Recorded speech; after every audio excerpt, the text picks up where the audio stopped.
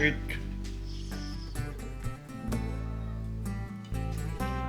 これね、メバチマグロ350円の3割引きです。それとカブの漬物自家製と、これをおいおいと一緒に食べようと。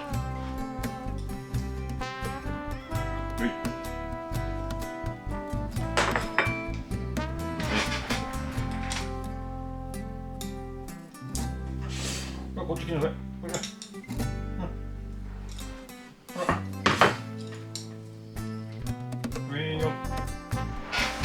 ほらほらほらほらほらほらほらほら。はい食べ。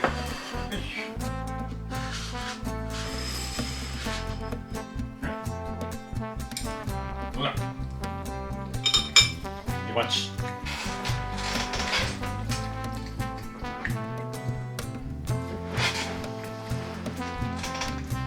酒はセイコーマートでこれが1001円で値引き販売してここに1001円って書いてあるんですけど、割引コーナーでこれが売ってあったんです。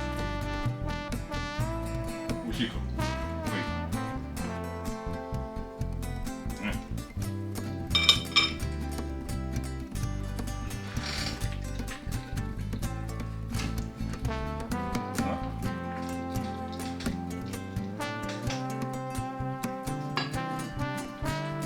1001円、これをこの男山のカップになみなみとこう入れて、これで1合ですね。食べるか。これ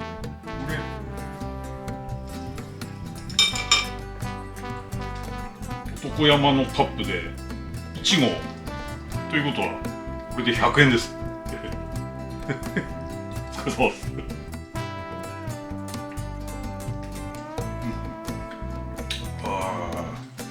うまい。もうこんだけしかない。買ってきてすぐ飲んで結構美味しいから飲んでしまった。だから日本酒を一升瓶で買っちゃダメなんですよ。飲んでしまうからね。やっぱりワンカップで買う。こういう男山もカップで買って美味しいけどそのまま飲んで一杯しかないんでね、これでおしまいとい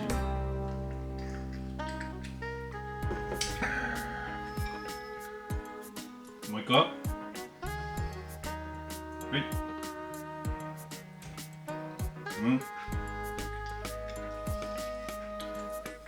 カブはですね、この葉っぱ付きであるとこの葉っぱの部分がうまいんですよ。これ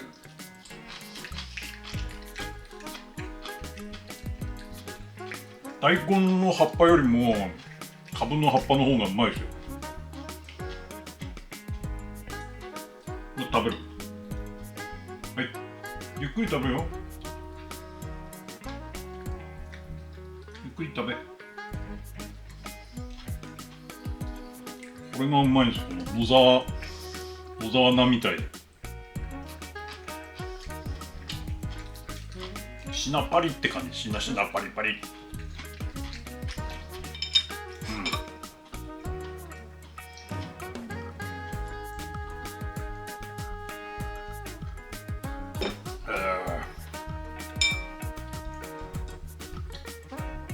食べるか。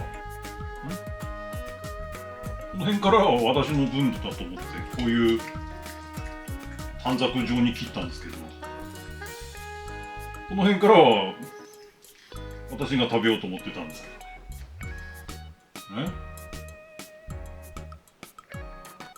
食べる？これ食べるか？カブがね、うまいんだよな、これがな。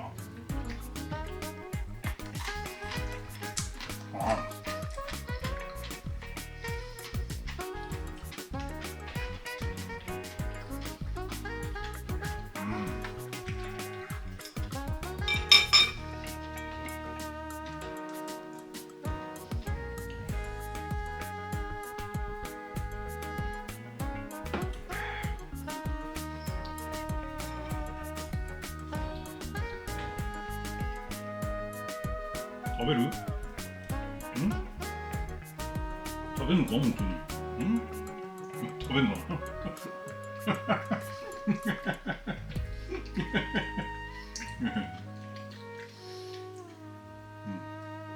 あ、美味しかった。食べるか？食べる？直接来た。食べ。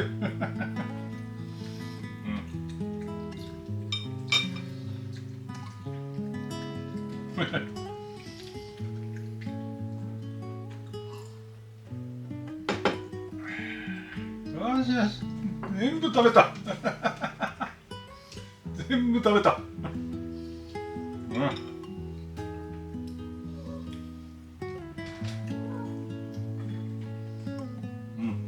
よしよし。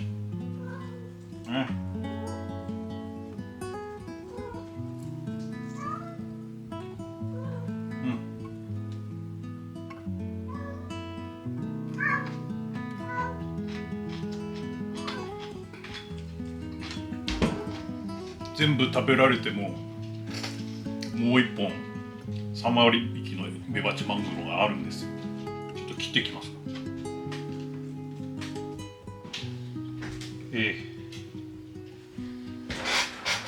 はい、こっちはメバチマングロ400円の3割引き。さっきと違ってこう刺身っぽくちょっと斜めに切ってみました。これさっきのはこう縦にぶつ切りって感じですけど、これはこう斜めにこうキューッとこう切っていくような感じでこんだけ。はい、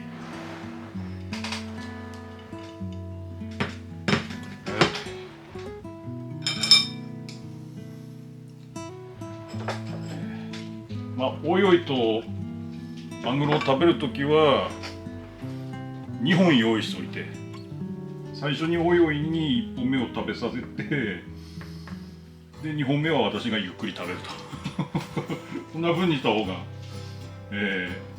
良いみたい。う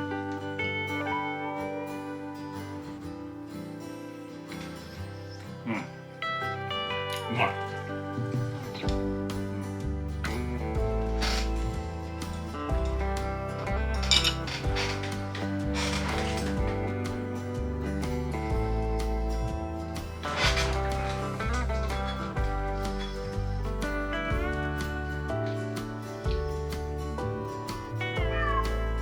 食べるならあるよ。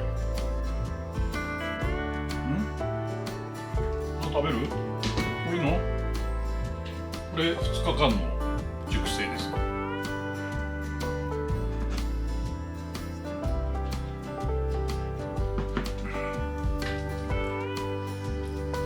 熟成の反対が劣化なんですよ。美味しくなる劣化が熟成で。で、品質が悪くなる劣化が劣化なんですよ。腐敗と発酵の違いね。美味しくなるのが発酵で、食べたら良くないのが腐敗です。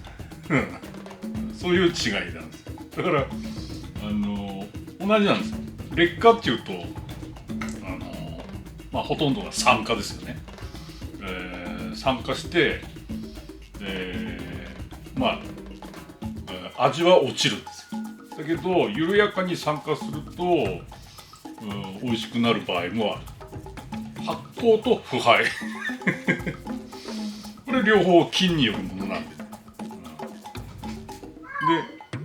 で菌によって美味しくなるのが発酵、ね、納豆とかヨーグルトとかあと酒もそうですね。で、腐敗っていうのはもうまさに菌によってもう、異臭を放ってるような状態。両方同じ状態なんですよ。両方菌が作用するものなんですけど、その美味しくなるかどうかの違いなんですね。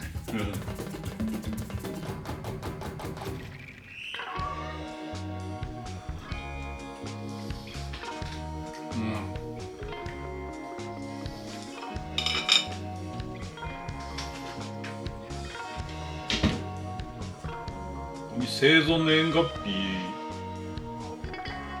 去年の5月って書いてますね。まあ1年で、期限が来たってことかな。去年の5月で今が5月だから、まあ1年と似てるんでしょうね、きっとね。に書いてあるから。製造年月日だ。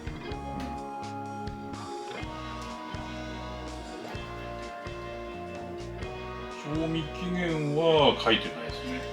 どこにも書いてない。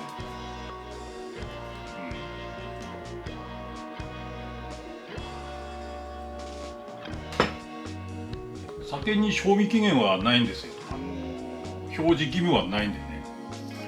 ウイスキー、ブランデー、焼酎で、ワイン、日本酒、ここまでは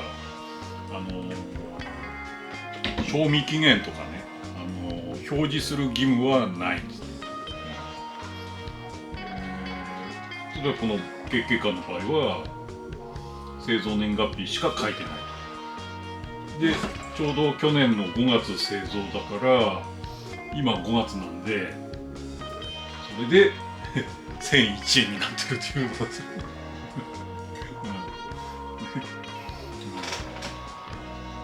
で私みたいな酒飲みが「おなんだこれ」って言ってもうおいおいって買ってでピューッと飲んでもうこんだけしかない。酒で賞味期限を書くのは義務があるのはビールとチューハイですよね。ああいうアルコール度数がちょっと低いとそれだけ劣化も激しいので賞味期限が記載されていると。でメーカーも賞味期限よりもさらに短い間で消費できるようなその流通形態を取ってるわけです。工場直送とかね、なんかいろんなことやってなるべく新鮮なビールを届けようとしてるんですけど、ワインはねボトルの中で熟成してますから、コルクのついたちゃんとしたワインね、あれはボトルの中で熟成がすごくゆっくりなってるんですね。日本酒は逆なんですよ。もう瓶詰めしても新鮮な方がいいんですよ。出来たての方が美味しい。ワインと違うんですね。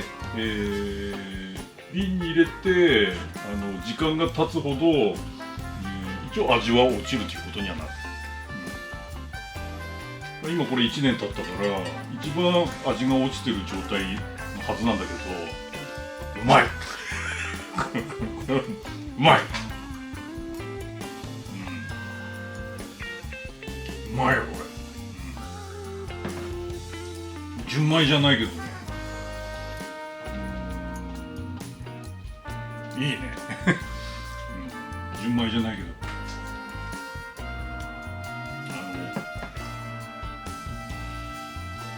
奥の松の特別純米と比べちゃうとそりゃ奥の松の方が美味しいけど、これ1001円でね、この味だったらねもう十分満足です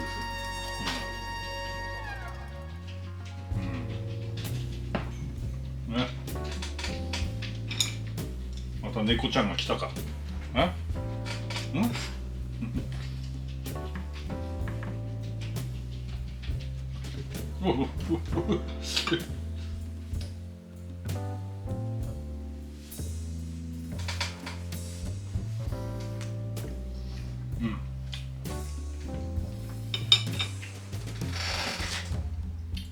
誰か来たか。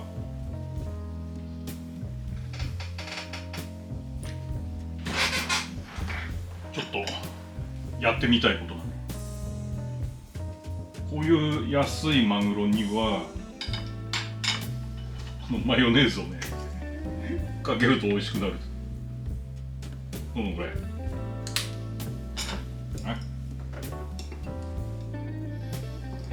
一応わさびもつけようか。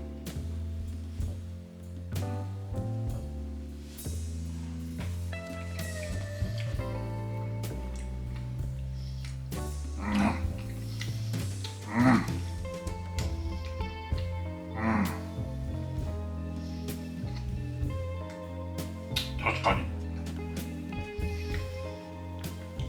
うまい。うまいよ。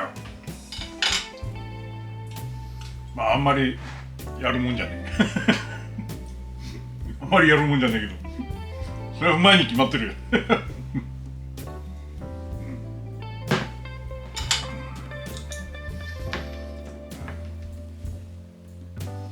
醤油だけで食べるとどうなる？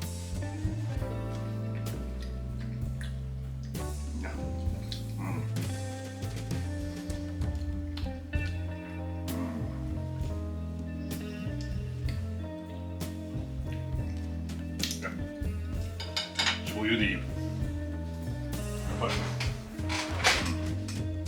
り。でワインっていうのはスクリューキャップはまた別ですけど、こうコルクでこう、閉じてるやつね。コルクでやってるやつは瓶詰めしてからも緩やかな熟成っていうか、熟成が進んでるということですね。だから瓶のまま保管しても何年もの何年もということで、年月が経つと徐々に美味しくなる。だから、私がいつも料理用に使ってる400円で売ってる赤ワインとかあるんですけど、ああいうのはスクリューキャップでね、全然熟成も何も進んでない状態でただワインになってるってだけのやつが入ってるんですけど、美味しいんですよあれが。ヒューッと飲むと美味しいんだけど、とにかく酸っぱいですよね酸っぱくて、ちょっと甘くてね、ぶどうの香りがいい、まさにぶどう液、でその熟成の進んだものっていうのはそういう酸っぱいね状態が徐々にまろやかになっていくっていう、感じなんですよね。だからもう酸っぱさっていうのはもうワイン2からしたらもうこれはひどいっていうような味なんですけど、私みたいなのが飲めばうわ酸っぱいなうまいなぐらいですけど、あとはもうカレー作る時にドボドボドボって入れるだけですからこれで全部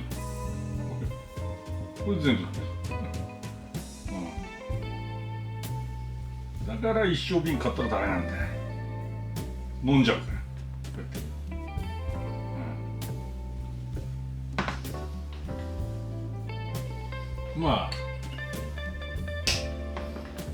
て、1001円で買ってで、料理用で置いとけばいいかなとかって思いながら買ってくるんですけど、料理用で置いといたって月桂冠だから月桂冠のこれ河川でしょ河川なんですけどね。上船だ上船昔でいう一級酒ですね。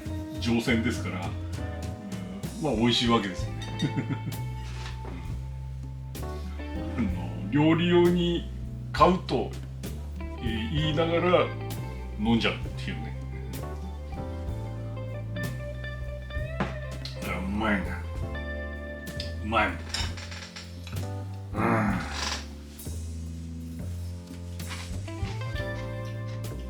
あれワインの瓶の中で熟成進むのかっていうと、あれはね、緩やかに進むんですよ。ワインがこうボトルの中でどんな熟成するのかなといろいろ調べたら、そのワインのこの成分ね、まず飲んで酸っぱいなっていうのがあれはクエン酸なんですよ。クエン酸とか、酢酸とか要は酢の成分みたいな感じですよね。リンゴとかもみかんもクエン酸が豊富で、それが酸っぱさなんですけど、体にいいんですよ。まずワインはそういうクエン酸とそのポリフェノールとかね、いろんなまず成分がこう混ざってて、それらがそれぞれ、長い年月かけて化学変化が起きていくと。でそこに若干酸素も入るわけだから、化学変化とともに緩やかな酸化ね、急激な酸化じゃなくて、その徐々に酸化っていうのが進むという感じみたい。でまあ酸味がね、酸っぱさが徐々に和らいでいくっていう。すると酸味が和らぐとワインの芳醇な感じがどんどん増えていくわけだから美味しくなるっていうことですね。私も酸っぱいワインをヒューヒュー飲んで、ワインもうまいなとかと思いながら飲んでると、次の日歯が知覚過敏みたいにこうなんかスースー痛いなっていう感じがするんですよね。あれはね、強烈な酸性の影響なんですよ、ワインの。ちょうどリンゴとかグレープフルーツとか大量に食べた時に歯がね、なんとなくこう痛いなっていう感じになるのが、あれが酸性の影響なんですよね。酸っぱさの影響で。でそれがワインでもう起きると。で多分ですけど、その熟成したワインはそういう酸味がもう和らいでるから多分歯も痛くならないんじゃないかなと思うんですけど、私みたいにもう400円の安いワインを飲んでると歯が痛くなるっていう、そういうことだと思うんですよね。ワインはコルクがあって、こうやってコルクに、ワインを浸すようにすればして保存するのが正しいということになってるんですけど、なんか最近の研究ではですね、浸した方がコルクが劣化して品質も劣ると。それよりも普通にこうやって立てて、でコルクがあってワインがここに浸ってる状態にして、この立ててる状態の方が品質は良くなるっていうね、研究結果があるらしいですよ。なんでかというと、こうやるのはコルクが乾燥してでどんどん乾燥してちっちゃくなるのを防ぐためにこうやって横にしてるっていう話なんですけど、ところが立ててもワインの水面とコルクとの間のこの隙間ね、ここの湿度は 100% だって言うんですよ。だからコルクがワインがここに入っててコルクがここにピチッとくっついてて、そのコルクが乾燥することはありえないということなんですね。だからもう今はワインはこうやって保存するんじゃなくて、ただこうやって置いとけばいいというねことになってるみたいですね。私には関係ない話ですけど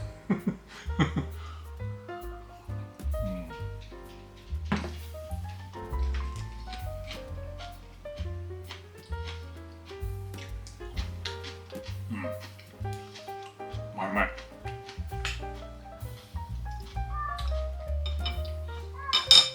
私もサラリーマンやってた時にこういう食に携わることもありましたけど、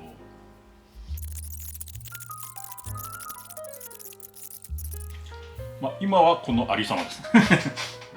また隠れてて、これまた隠れてましたよこれ。こ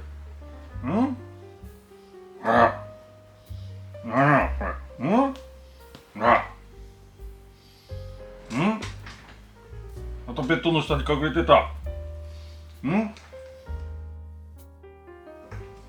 食べないかもういいか、食べるか、ほら食べる。食べ不自然な姿勢で食べる。うまいか。よし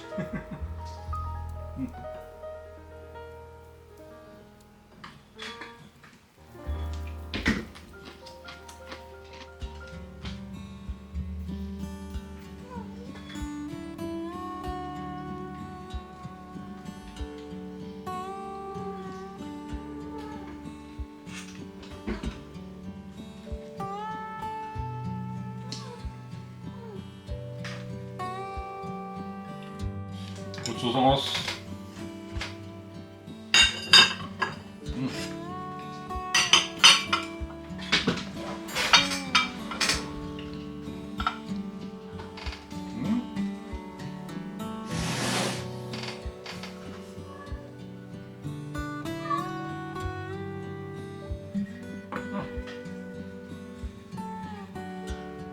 本当にいるの？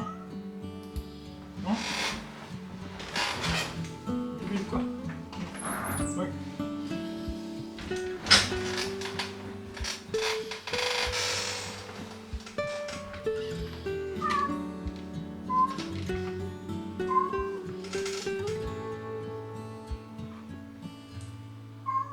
何でもそうですけどね、この酒も体に悪いと思って飲んだら体に悪いですから別にうまいな、楽しいなと思って飲んでれば別にそんな体に悪いもんじゃない。ただ私も年に2回から3回は血液検査を受けまして、で肝機能で正常値からはみ出たらそりゃ酒を止めるわけですよ、だから数字見て、飲む量は決めるわけですよね。で次回の検査では合格まで持っていくと。でそのために1ヶ月でも2ヶ月でも酒はもうビタッとこうやめるんですけど、やめる理由は正常値にしてまた美味しく酒を飲みたいからその時はまず我慢するわけ、正常値になったらまた、美味しく飲むがいい。おいで。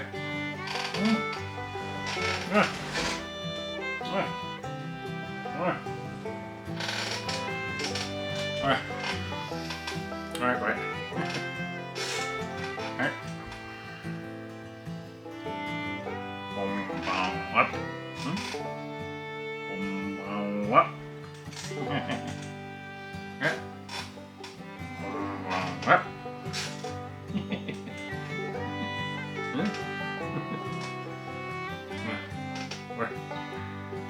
これがおよいです。今度8月で、6歳になります。私は9月で、60歳になります。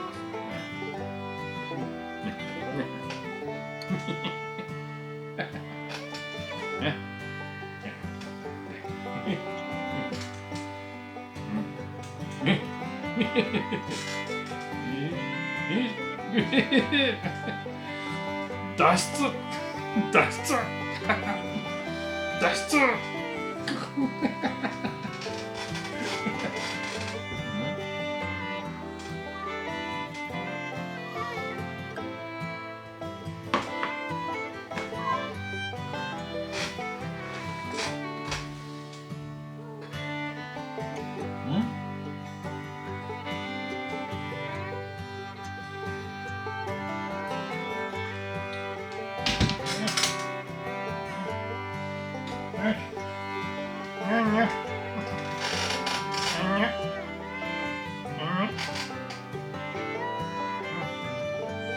これ